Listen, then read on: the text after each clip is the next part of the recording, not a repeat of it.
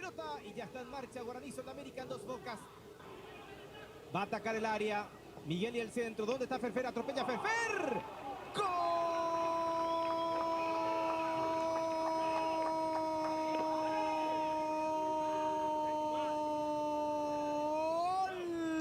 ¡Gol de Guaraní!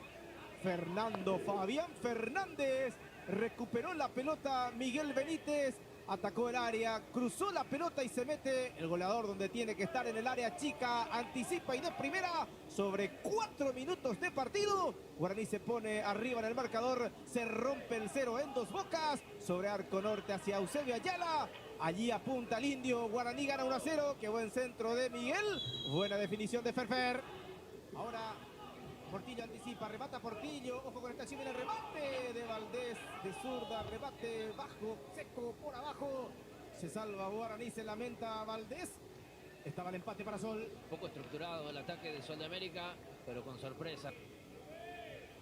Crúzate, buena pelota para Miguel, allí está Benítez, acompaña a Ferfer, atropella por allí el remate, ¡gol!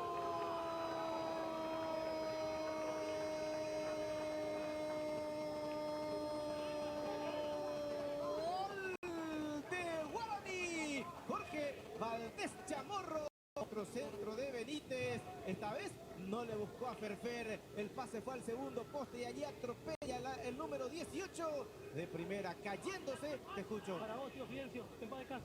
Para el tío Fidencio, el gol del 18, Guaraní gana el partido 2-0, lo hizo Valdés Chamorro.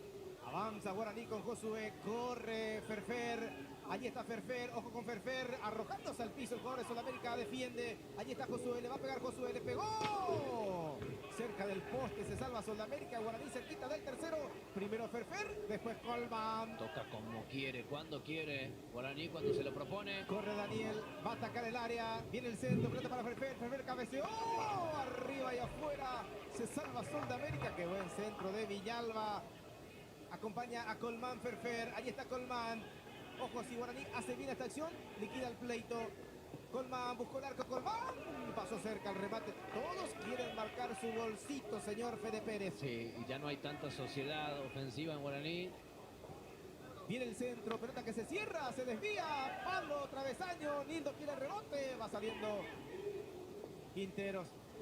Terminó el partido, fue triunfo del Aborigen, 2-0 sobre Sol.